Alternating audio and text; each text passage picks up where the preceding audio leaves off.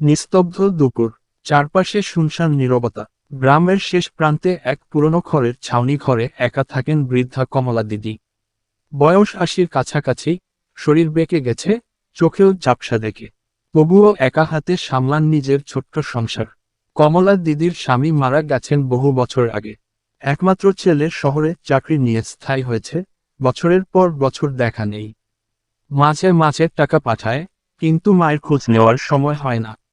তবুও কমলা দিদি অভিমান করেন না।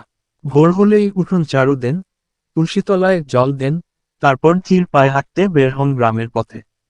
এক সময়ে তিনি ছিলেন পাড়ার সবার আশ্রয়স্থল।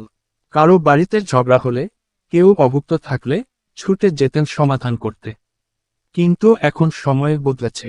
একদিন সন্ধ্যায় ঝড় উঠল, বিদ্যুৎ চমকাচ্ছে, বৃষ্টি নামল ঝমঝমিয়ে।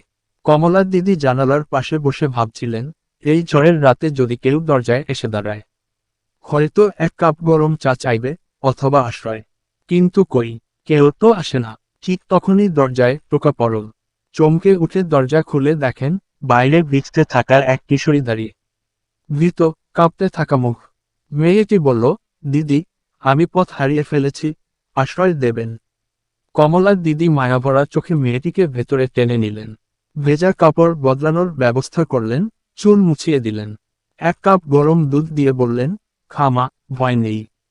সারা রাত গল্প হলো দুজনের। মেয়েটির নাম ছিল মীরা। মা নেই, বাবা শ্রমিকের কাজ করতে শহরে গেছে, সে দাদুর কাছে থাকত। আজ ভুল করে পথ হারিয়ে এখানে চলে এসেছে।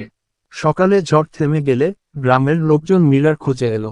বিদায়ের সময় মীরা কেঁদে ফেলল, দিদি, আমি আবার আসব। সেদিনের পর থেকে কমলা দিদির নিঃসঙ্গতা কেটে গেল। মীরা প্রায় আসত, গল্প করত, খুঁটিনাটি কাজে সাহায্য করত।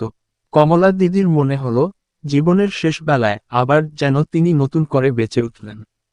কখনো কখনো একটা ছোট্ট সম্পর্কই হয়ে ওঠে সারা জীবনের আশ্রয়।